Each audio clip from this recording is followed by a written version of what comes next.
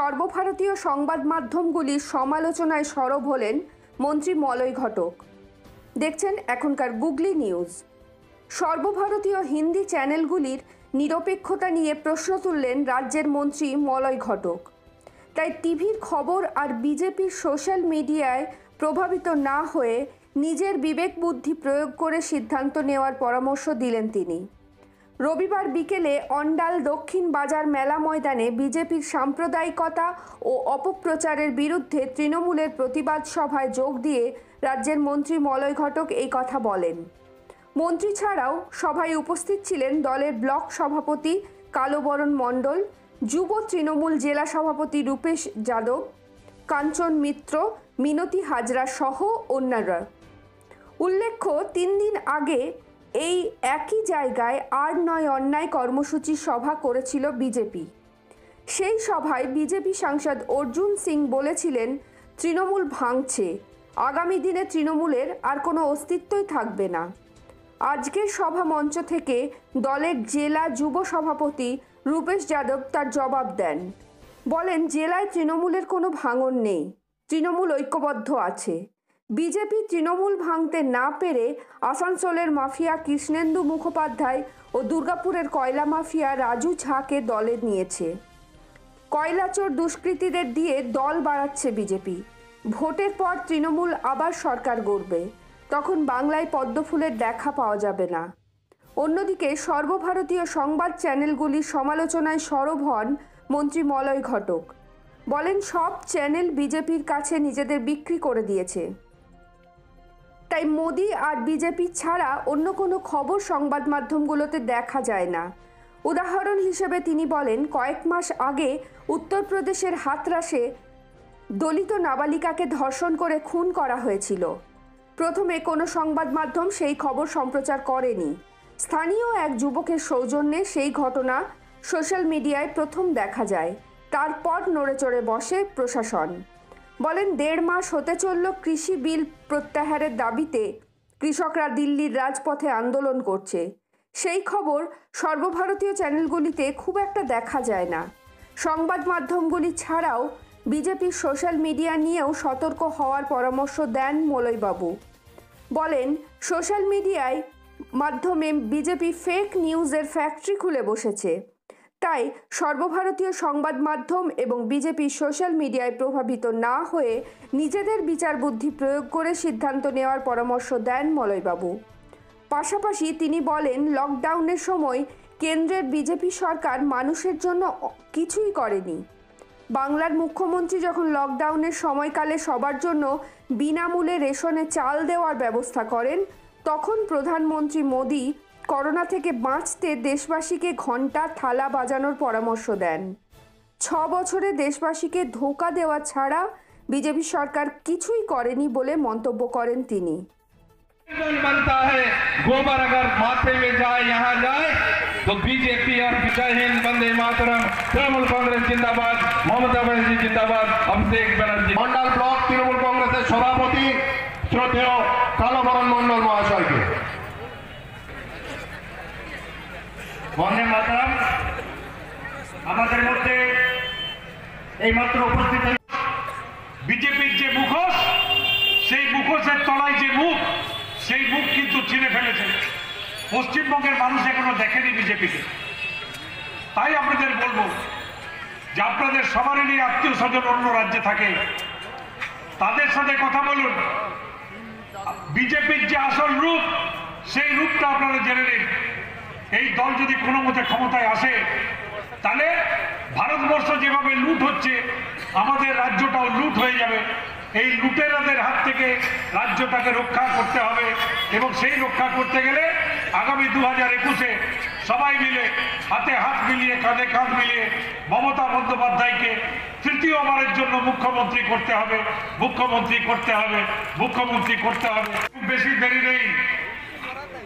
যদি এই দলটাকে মানুষ আগামী দিনে ভোট দেয় এবং আদানি কিংবা আম্বানি যদি মালিক হয়, তাহলে এই অন্ডালের ভবিষ্যৎ কি, সেটা কিন্তু আপনাদের প্রথম ভাবতে হবে। এই অন্ডাল রেল স্টেশনে অনেকে রেলে কাজ করেন, রেলে কাজ না করেও হাজারো মানুষ আছেন যারা ওই রেলে হকারি করেন, রেলে ডেলি প্যাসেঞ্জারি করেন, রেলকে জুড়ে এই অঞ্চলের বিরাট একটা অংশের মানুষ তাদের রুটি এবং রোজগার আজকে তাদের অঞ্চলের এই রেল স্টেশনকে ঘিরে।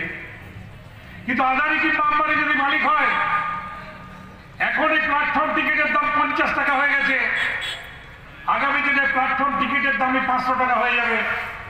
একটা রেলের হকার চাপতে পারবেন না রেলে, একটা ডেলি প্যাসেঞ্জারি করতে পারবেন না, কারণ প্রাইভেট মালিকরা এই সুযোগ সুবিধা আগামী দিনে দেবে না।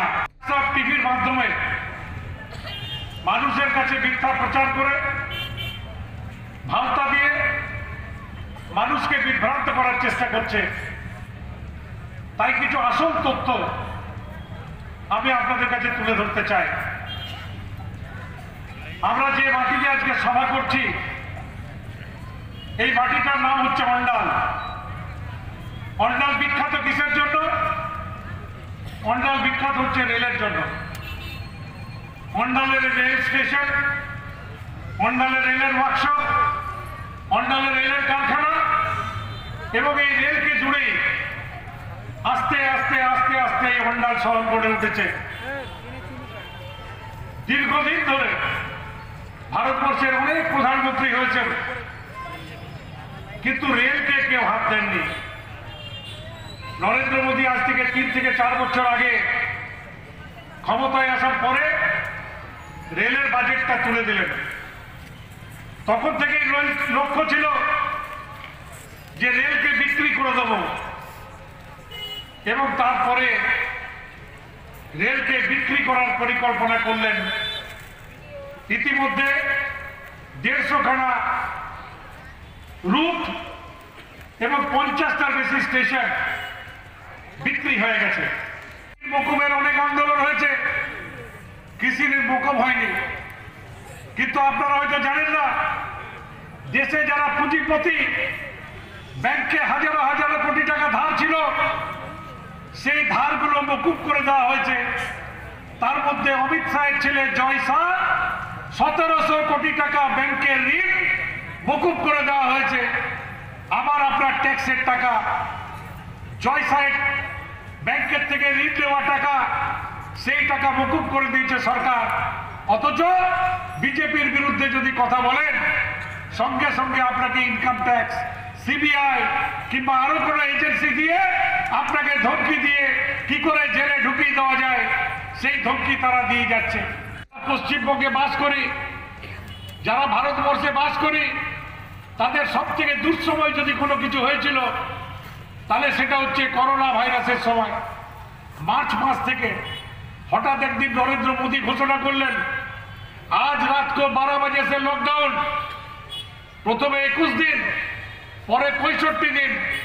কিন্তু একটা দিনে একটা বারের জন্য ভাবলেন না যে এই 65টা দিন যে মানুষরা রোজ রোজগার করেন, রোজ খান, তাদের খাবারটা কোথা থেকে আসবে, তাদের পরিবারগুলো কিভাবে চলবে, তারা কিভাবে বেঁচে থাকবে।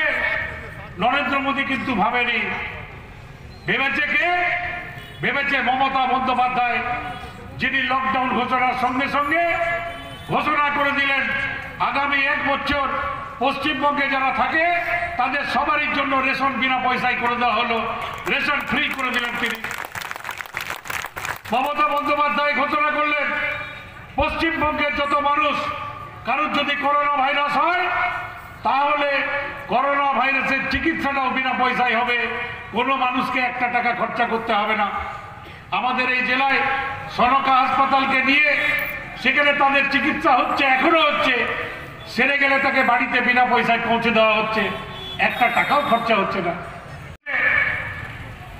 300 লেবার পর্যন্ত যে কারখানায় কাজ করবে, অর্থাৎ কোনো রেস্টুরেন্টে যদি কেউ কাজ করে, কোনো সিনেমা হলে যদি কেউ কাজ করে, ছোটখাটো কারখানাতে যদি কেউ কাজ করে, তাহলে তার কোনো শ্রমিকদের কোনো আইনি অধিকার থাকবে না। মালিক যাকে খুশি রাখবে, যখন খুশি রাখবে, যা খুশি মাইনে দেবে, আপনি কোর্টেও যেতে পারবেন না, কোনো আন্দোলনও করতে পারবেন না। বলুন তো এটা কোন সরকার করে? শ্রমিকদের আইন করছে শ্রমিক বিরোধী, কৃষকদের আইন করছে কৃষি বিরোধী, আর দেশের মানুষকে ভাওতা দিয়ে ভোটের সময় ভাইয়ে ভাইয়ে লড়িয়ে দিয়ে কোন রকমের গদিতে বসে কি করে দেশটাকে লুট করা যায়, আজকে বিজেপির নেতারা এটা ছাড়া কেউ চিন্তা করেন না। সেখানে ঠান্ডা জল দিয়ে, জল কামান দিয়ে মোদী সরকার অত্যাচার করছে। 70 জন কৃষক মারা গেছে, একটা কোনো টিভি চ্যানেলে দেখাচ্ছে? আপনি ন্যাশনাল চ্যানেল খুলুন, একটা কোনো টিভি চ্যানেলে দেখতে পাবেন না কিষাণ আন্দোলন, দেখতে পাবেন না। তাই আপনাদেরকে আজকে বলতে এসছি, কোন টিভি চ্যানেল দেখে সিদ্ধান্ত নেবেন না। ওই বিজেপির ফেসবুক হোয়াটসঅ্যাপের প্রচার দেখে সিদ্ধান্ত নেবেন না। নিজের কানে শুনবেন, নিজের চোখে দেখবেন এবং সিদ্ধান্ত নেবেন যে কার সঙ্গে থাকতে হবে আগামী দিনে। আমি এখানে দাঁড়িয়ে বলতে পারি, আমাদের নেত্রী মমতা বন্দ্যোপাধ্যায় সাধারণ মানুষের কথা ভেবে, সাধারণ মানুষের কথা চিন্তা করে 60খানা প্রকল্প করে দিয়েছেন। জন্মের থেকে মৃত্যু পর্যন্ত মানুষের যে সময় অর্থের প্রয়োজন হয়, যে সময় সাহায্যের প্রয়োজন হয়, মমতা বন্দ্যোপাধ্যায় তার হাত বাড়িয়ে দিয়েছেন। তিনি হয়তো গরিবদের জন্য কিছু বলবেন, গরিবদের কথা চিন্তা করে নিশ্চয়ই কিছু ঘোষণা করবেন, কিন্তু আবার হতাশ হলাম। আবার টিভির পর্দায় এসে বললেন फलाना रोज रात को 9 बजे दिया जलाइए। বলুন তো, প্রদীপ জ্বালালে করোনা ভাইরাস চলে যায় না? প্রদীপ জ্বালালে মানুষের পেটের খিদে পেটে? আমরা বোকা? পশ্চিমবঙ্গের মানুষ বোকা? করোনা ভাইরাসের সময় মমতা ব্যানার্জি ফ্রি রেশন দিচ্ছেন আর মোদী বলছেন ঘন্টা বাজাও। মমতা ব্যানার্জি ফ্রি চিকিৎসা করছেন, মোদী বলছেন দিয়া জ্বালাও। এই রকমের একটা দল, যে দল মানুষের কথা চিন্তা করে না, এই দলটা ভাবে আমরা যেটা বলবো মানুষ সেটাই করবে। সমস্ত টিভির পর্দাকে কিনে নিয়েছে। ন্যাশনাল চ্যানেল, আপনাদের সবারই কাছে মোবাইল আছে, সার্চ করে দেখুন রিপাবলিক টিভি মালিককে দিল্লির আইনমন্ত্রীর বোন, ভারত টিভি মালিককে কৈলাস বিজয় বার্গিয়া, অন্য যে কোনো টিভি মালিক হচ্ছে বিজেপির এমপি কিংবা আদানি কিংবা আম্বানি। সমস্ত টিভির চ্যানেলে বিজেপি। তো যে টিভির মালিক বিজেপি, সেই টিভিতে বিজেপির বিরুদ্ধে কিছু দেখবেন? দেখতে পাবেন না। উত্তরপ্রদেশে একটা 17 বছরের মেয়েকে ধর্ষণ করে দেওয়া হয়েছিল হাতরাসে। পুলিশ সেই মেয়েটাকে আগুনে পুড়িয়ে দিয়েছিল, পুলিশ পুড়িয়ে দিয়েছিল। ডিএম ডেকে বলেছিল কেস করা যাবে না, কিন্তু ভারতবর্ষের কোনো টিভি এটা দেখালো না। একটা বাচ্চা ছেলে, সাহসী ছেলে, যদি মোবাইলে সেটা রেকর্ড করে না দেখাতে, তাহলে কেউ জানতে পারতাম না যে হাতরাসে উত্তরপ্রদেশে একটা দলিত মেয়েকে ধর্ষণ করে পুড়িয়ে দিয়ে তার উপরে কি অত্যাচার করা হয়েছে।